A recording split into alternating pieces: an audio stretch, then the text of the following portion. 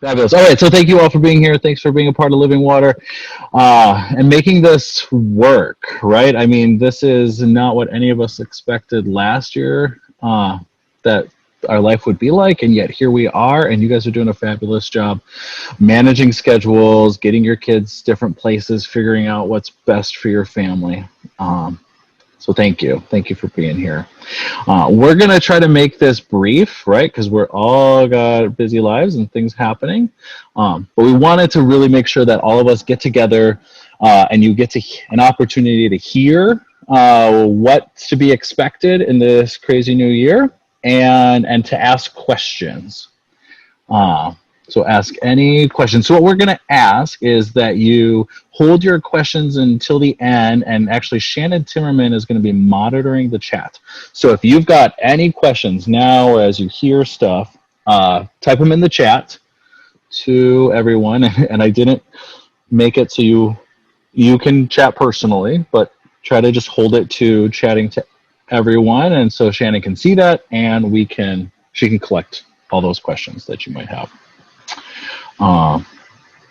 Yeah, so we're going to be covering what does the program year kind of look like, what's going to be happening in the digital environment, what's the purpose of small group, how do you access small group, and then if you've seen any of the communication on in-person small group opportunities, what does that mean and what does that look like?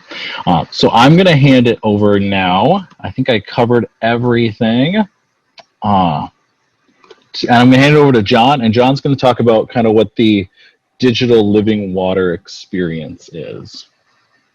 Right on. Well, hey, everybody. Good to be here. John Holt, Director of Student Ministries, which means primarily I work with high school as we're developing that ministry. But also, I love the fact that I get to work with 8th graders as they bridge into 9th. So love being a part of this crew. Love being a part of all that we're doing with Living Water and this community. So we want to talk a little bit about this digital experience, and I'm going to break it down really quickly. The real kind of approach that we wanted to take was, one, we want this to be, we don't want it to be super long, so we're looking at about a 15 to 20 minute experience.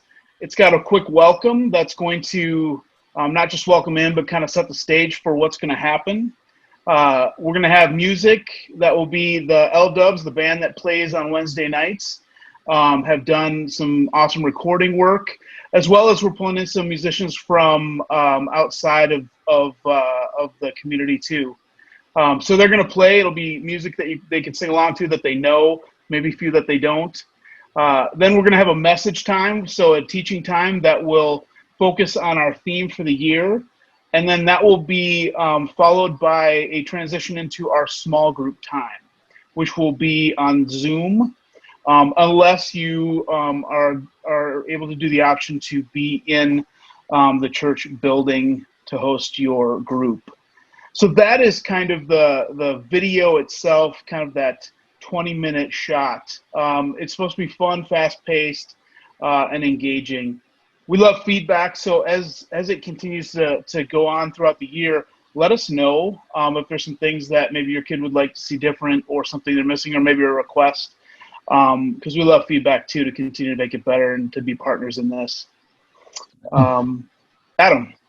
And it's all going to be pre-recorded, so there won't be any challenges on our end of like trying to live stream this. So like just today, I recorded the message for what happens in 2 weeks, and then John's been taking on the big responsibility of trying to edit all those videos, and we'll talk in a little bit about where they go, where those videos show up for you. But I kind of want to dig into like what's the purpose of Living Water. What's the purpose of the small group time? And just to be really intentional about this, we're in a really strange environment. I know kids are going to be having to do distance learning, digital learning.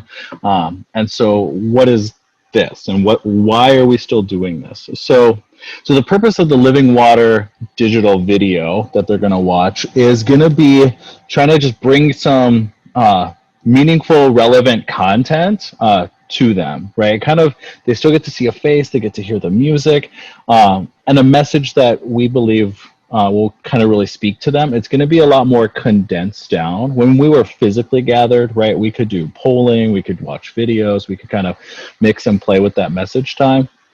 In this scenario, it's just impactful. It's just right to the point, heartfelt, meaningful. What can they do with this message in their life?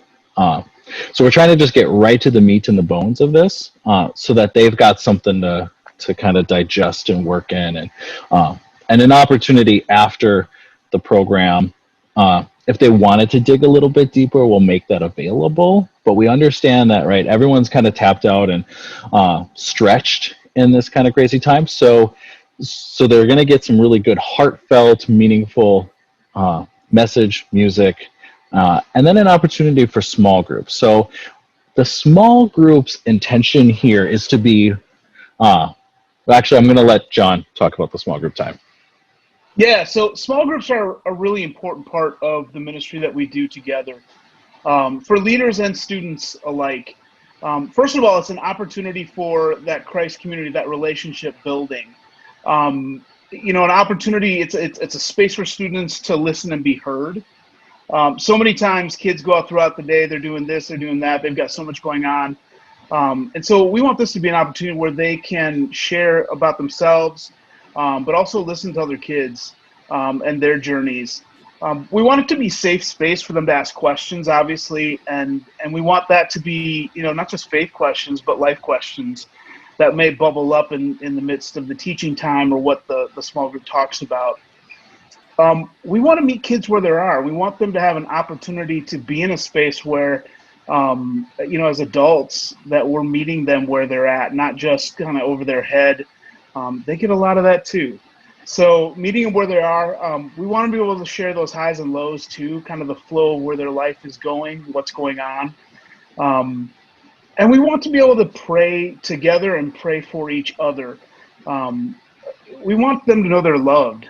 We want them to know they're listened to, and that there's someone out there that cares about them, even if they've had the crappiest day and it seems like everybody's, against them, right? We want them to know there's at least one place where they can go each week that might give them some positives as they figure all those life moments out. And each week, we want these small groups to build on each other. We want them to strengthen the relationships. We want them to strengthen in their learning and their understandings, and just their willingness to ask a question about their faith that challenges. We want that to continue to build and grow as they continue. Now, another part of this is that parental role, right? So we've got adult leaders, and a lot of you are amazing. You've been leaders in the program, but we also need parent leaders that aren't there as a small group leader. We need you as a support for this. So that means, making sure that there's a leader. If they're trying to get on and for some reason they're struggling, maybe you need to step into a role if the leader can't show up, maybe just for one night, maybe a couple nights. Can you make sure that they're logged in, that they're, that they have everything set up, that they're watching the video, participating in small groups. So just that parent support to help make sure that they have everything kind of set up and that they're rolling. I know that we think that we've got it all down now. We've been doing this for a while, right, with school and everything else. But you'd be surprised, and maybe that Xbox is pretty accessible. So you want to make sure to help us that they're staying connected, that they're doing what they need to do in a timely manner. And that's the other thing, is we want them to do that kind of in sync with the timing. Listening and supporting them in this journey. This is a journey where they get to ask tough questions, they get to learn, they get to dive into their faith, and so having parents that are opening that dialogue up when they're done with the session, asking, hey, tell me a little bit about what you learned, or tell me about what was good or bad, or what you struggle with, just to give them a chance to talk about that. Maybe they had a particularly difficult small group that week. Maybe they had a really awesome small group, but just having parent support to actually pull them aside and have that conversation with them, ask them what they learned. And if you aren't leading, if you can respond to small group leader email and be supportive in the process, pray for the leader, give them some encouragement, I think it's an incredible gift to volunteer and help in that small group capacity. So if you as a parent don't have time this time around, if you could, support and make sure that they know that we have their back in this journey as adult leaders, that's awesome. So your parent role is huge as well, and we dig you. We appreciate all the support that you give us and your kiddos. And I'm gonna go ahead and give Shannon the floor. Shannon T. Hi guys, so I am Shannon Timmerman. A lot of you know me. I am the, Children, Youth, and Family Administrator. So emails come from me and all of that stuff. So I do just see a question popped up about groups and leaders, and we are working through that. So I hope to have 5th grade groups out by Wednesday for orientation. And then the rest of you guys will slowly I'll get it out to you, sorry.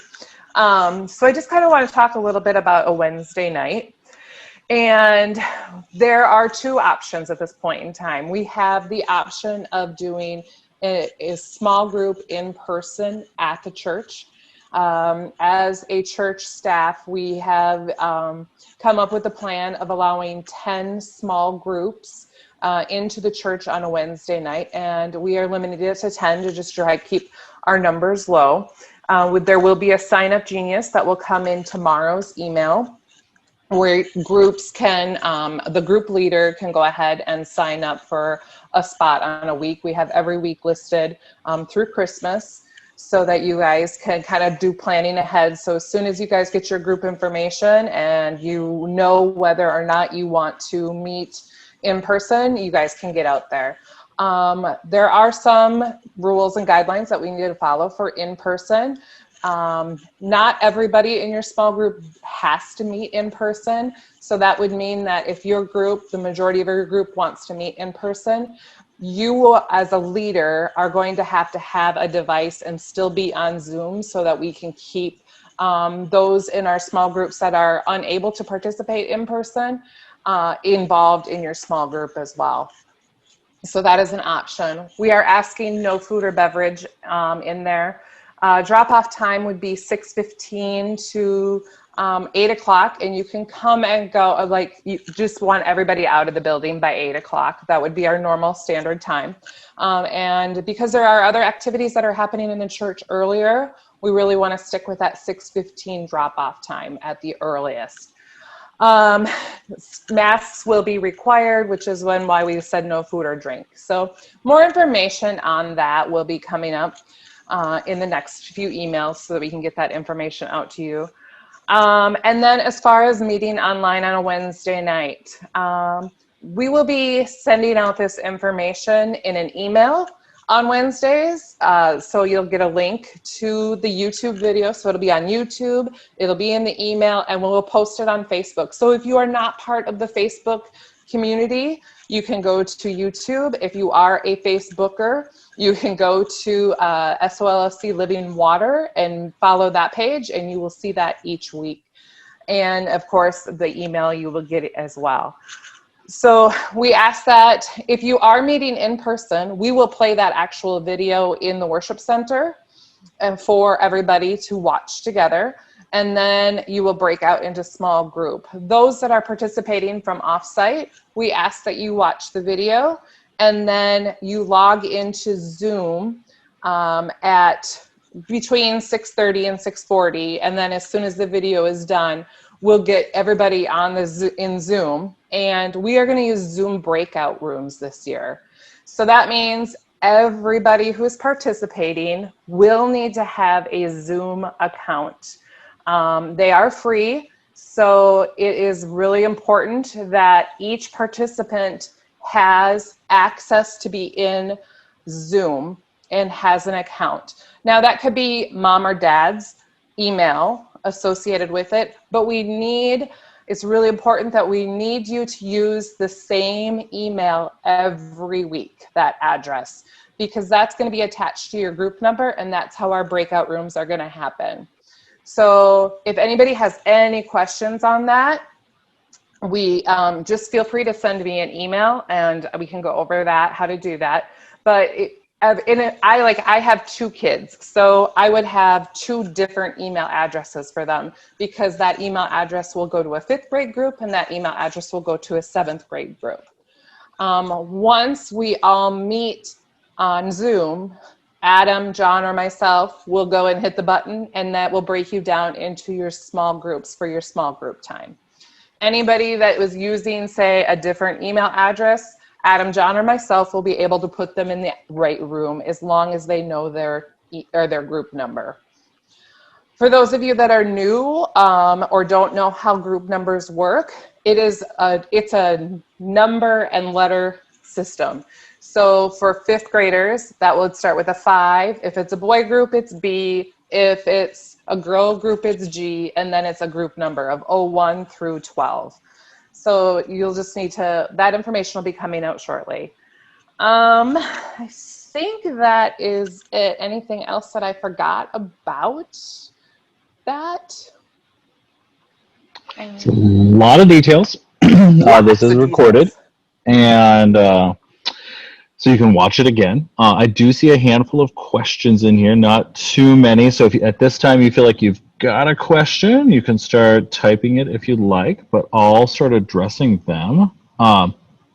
So the first one I see here is, can your small group meet outside of church on Wednesdays instead of Zoom if it's agreed on by the families?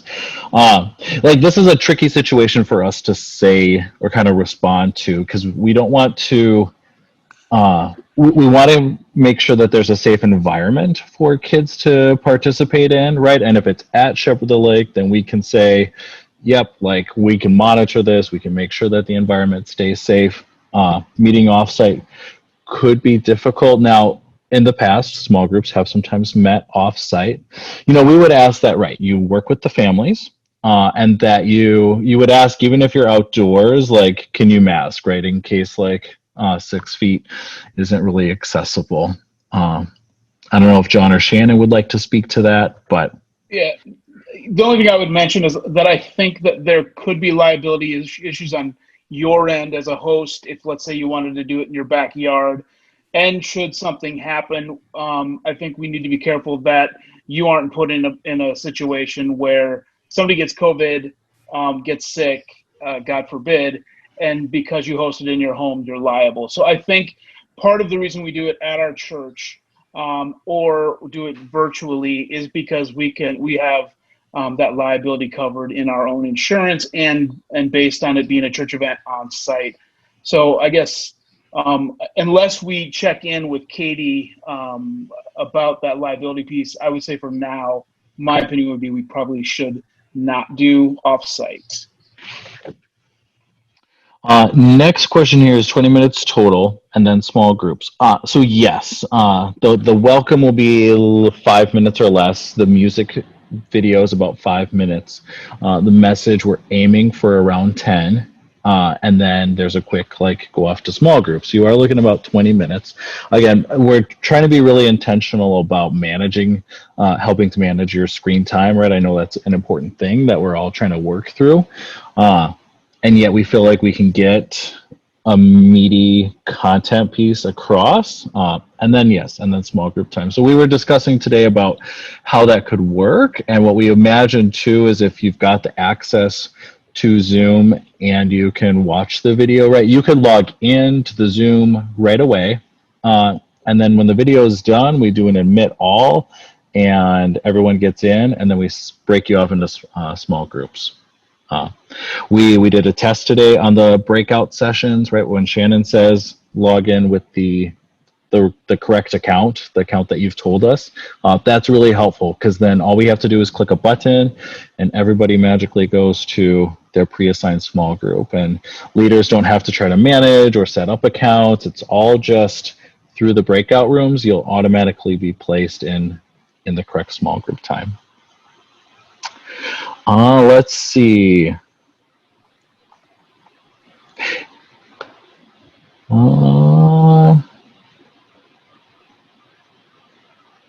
So Shannon, do you want to take the how we meet up to follow up with group leaders so we can determine which parents are going to be leaders? Perfect. How that's been done in the past? Yeah, so the week before Living Water starts, we work really hard on getting everybody sent an email with all of the contact information for the participants and those parents.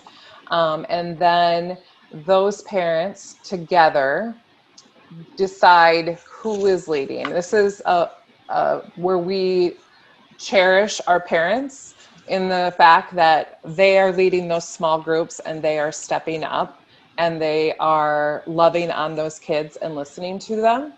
So we really do just leave it to the parents to make sure that every week there is a small group leader. Some families have chosen, or some small groups have chosen to do a sign-up genius, and they send it out, and they have each parent rotate in, and they just take it on. For our incoming fifth graders, we do have our orientation on Wednesday night, so that's why we ask one parent to join with our fifth graders so that the parents can kind of meet each other and have this discussion about all of that information. So we really do leave it on to our parent volunteers to connect. We get them as much information to be able to connect. And if there are any issues, then just get back to us and we work with you guys to see how we can help. Yes. A couple more questions that I see here, unless if you've got more, type them in. Are we trying to keep the groups the same as kids have had in the past? Are you limiting the number of kids in each? So I'll speak first, and then Shannon can kind of talk about the back end of this a little bit. So Living Water really is a relational ministry. And so being able to kind of build on those relationships year after year is really valuable to us, right? Kids can start to make good connections. Do let us know if you feel like there might need to be a switch or a change in that small group. But for the most part, we always do try to keep them in the same group year after year so they can build on those relationships. Now, this is a new kind of a year, and we've heard from families and support them on their choice. But not all families are entering back into Living Water, the digital experience. Right, they're trying to manage their schedules and their screen time, and that's okay. And they've told us that they'll intend to join when we're back to in person. So we're going to be trying to manage these groups. And do you want to speak to that a little bit, Shannon? Yeah, so what we've done is we've kind of looked at our groups from last year, and as our registrations are coming in, we're keeping track of who registered and was in what group last year and looking at the numbers. And as our registrations become more final and our groups become more final, we will take a look at them to make sure that we have an adequate number of students for each small group. So there may be some combining of groups just based on who's registering and who's not registering. Now, I would never, unless specifically asked, I would never take one person out of a group and put them somewhere totally different. I would take an entire group and combine it with an entire group based on what capabilities I know that other group has. Now, if I am combining other groups, I typically try to connect with the leaders that I know have led in the past to see if it's okay. This year, I'm not sure if that's going to actually happen. So I just ask for grace and understanding because we want everybody to have a great experience in this digital world. And these are uncharted territory waters. And so we're doing the best that we can with it. So that is what we've got going on. And if a group member logs into Zoom 5 to 10 minutes late, will someone be there to let them in? Yes. So what would happen then once we've broken into small groups is myself, Shannon, or John will still be in like the main meeting space. And anytime someone jumps in, we can easily move them over to their correct small group that they're supposed to be in. So we can manage that all from the home screen here.